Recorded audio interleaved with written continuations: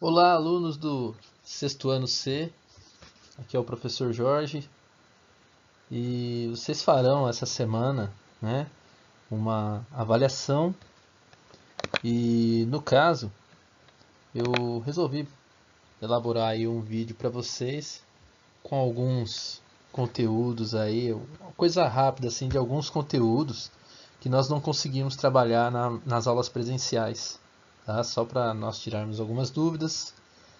Vai ser sobre no caso, números decimais, né, a reta numérica dos números decimais, e também na parte das frações decimais, né, como converter uma fração decimal para um número decimal e vice-versa. Então, começando aqui, uma questãozinha que teve aí na Prova Brasil, que é relacionada à reta numérica dos números decimais. Então, vamos medir o parafuso. Então, no caso, olhando pela reta numérica, qual seria a medida desse parafuso? Observe que a reta ela está em centímetros, né?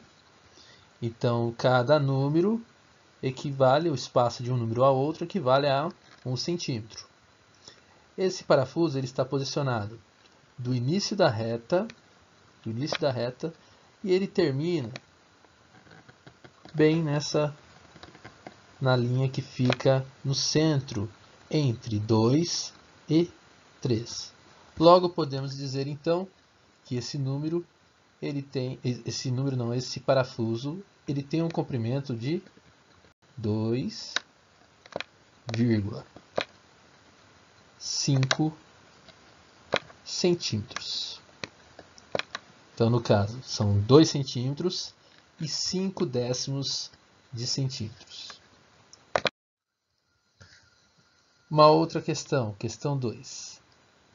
As balanças podem ser utilizadas para medir a massa dos alimentos nos supermercados. A reta numérica na figura seguinte representa os valores em quilograma de uma balança. Então observe que o que está sendo destacado aqui na medida da balança é essa setinha aqui, ó. Ele está posicionado exatamente 3 risquinhos após o número 2. Então, a partir da figura tem-se que a seta indica uma massa em quilogramas de... Então aqui já está sendo destacada a resposta, né? 2,30, né? Então, 2 quilos e 300 gramas, ou 2,3 quilos. Podemos também falar assim, 2 quilos e 3 décimos de 1 quilo, ou 2 quilos e 30 centésimos, tá? Então são diversas formas que nós podemos expressar isso aí. Já na questão 3, Roberto está com febre. Veja a ilustração do termômetro que marca a temperatura dele. Então, no caso, a temperatura dele está passando alguns risquinhos à frente do 39, né? Então, observamos aqui que de um número ao outro é dividido em 10 partes. Logo, nós podemos dizer que a medida da temperatura dele é de 39, então 39, opa, borrachinha, cadê a borracha?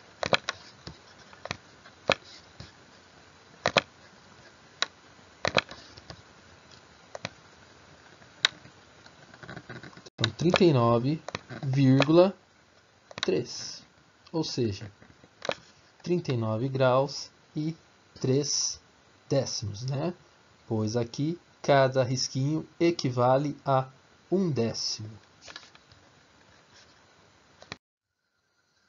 Passando para a próxima questão. Kleber é ciclista e participa de vários campeonatos. Então, no caso, a reta numérica abaixo ilustra o percurso feito em um dos seus treinos. A distância já percorrida por Kleber, grifada de cinza, é de... Então seria qual dessas alternativas? 7 km? 3,5 km? 3 km ou 4,5 km.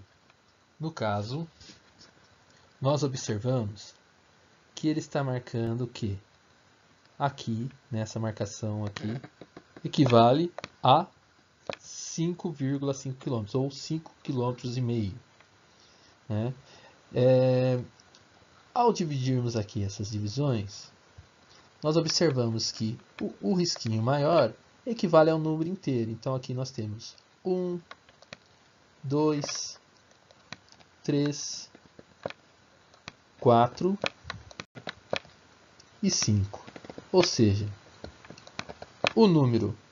o risco menor equivale à metade desse número inteiro. Então logo nós temos o quê?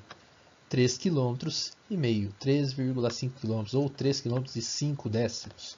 Então logo a resposta é B. Daí nós temos aí um pouco falando sobre fração decimal. No caso, são duas formas que nós podemos representar um número, né?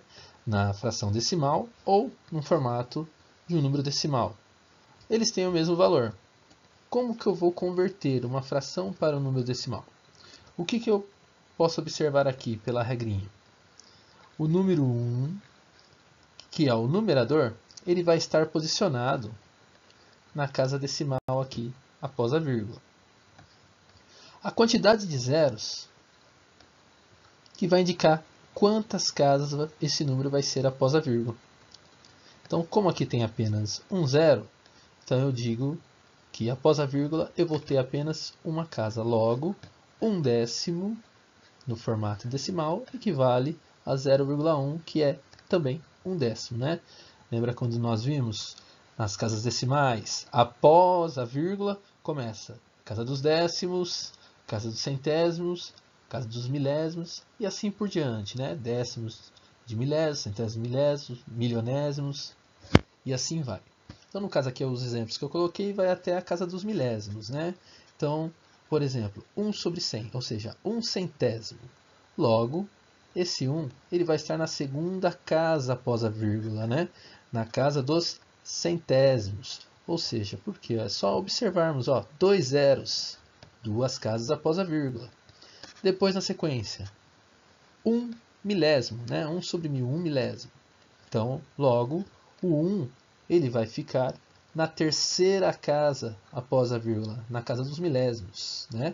É só observarmos, ó, número de zeros, 3 zeros. Então, terceira casa. Se eu acrescentar mais um zero aqui, eu acrescento mais uma casa, e assim vai. Se temos aqui 6 zeros, então o número 1 ficaria na sexta casa, né? É uma forma assim bem prática, para não se confundir, né? Então, tenha o hábito de sempre contar os números de zeros, e daí você vai saber qual a posição da casa em que esse número se encontrará, né? Daí, na sequência, mais alguns exemplos, né, de transformação de um número decimal, uma fração decimal para um número decimal. Então, logo nós temos 5 décimos. Então, o 5 ele vai ficar na casa dos décimos, né? Ó, 1 zero apenas, então é uma casa após a vírgula, 0,5, 5 décimos.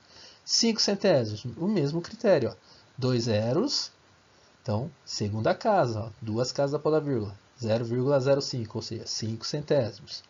5 sobre 1000, ou seja, 5 milésimos. Logo, o 5 vai ficar, então, na forma decimal, na terceira casa após a vírgula, né? Na casa dos milésimos, né? Ó, 3 zeros, terceira casa.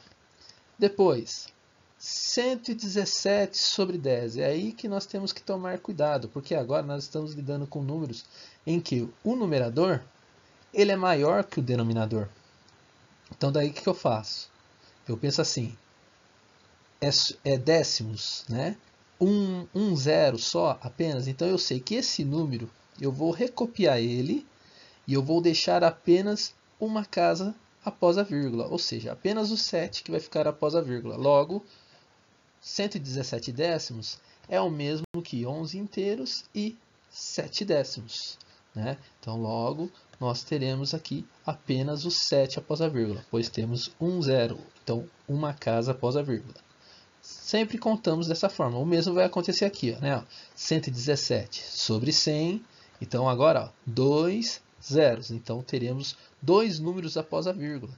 Então o 1 na casa dos décimos e o 7 na casa dos centésimos. Então 1,17, que é uma unidade, e 17 centésimos. E por último, para finalizarmos, 117 milésimos. Logo, o que nós teremos aqui? 117 milésimos, contamos aqui, ó, 3 zeros. Logo, o último número vai estar na casa dos milésimos, na terceira casa. Então ficou 0,117, ou seja, 117 milésimos. Ó, 3 casas após a vírgula, 3 zeros. É uma forma ideal de associar em que você não irá se confundir. Aí, por último, vamos falar um pouquinho da decomposição de um número decimal, né? Então, o número decimal, para ser decomposto, eu tenho lá, por exemplo, 8 unidades e 23 centésimos, né? Logo, o que eu vou fazer? Eu vou separar, ó, 8, né? 8 inteiros, 8 unidades, mais 2 décimos, né? O 2 está na casa dos décimos, mais 3 centésimos. O mesmo vai ser, por exemplo, com 7 unidades e 569 milésimos. Logo, nós teremos 7 mais 5 décimos, mais 6 centésimos, mais 9 milésimos. Então, reparem, ó, eu vou decompondo esses números e vou permanecendo apenas o número que pertence à casa decimal destacada. Então, ó, unidade, décimos, centésimos e milésimos. E assim por diante, né? Tudo bem? Então, no caso, essa é a aula. Estou finalizando aqui. Espero que ajude aí a auxiliá-los para resolver aí essa provinha da semana, ok? Uma boa semana a todos e a gente se vê por aí.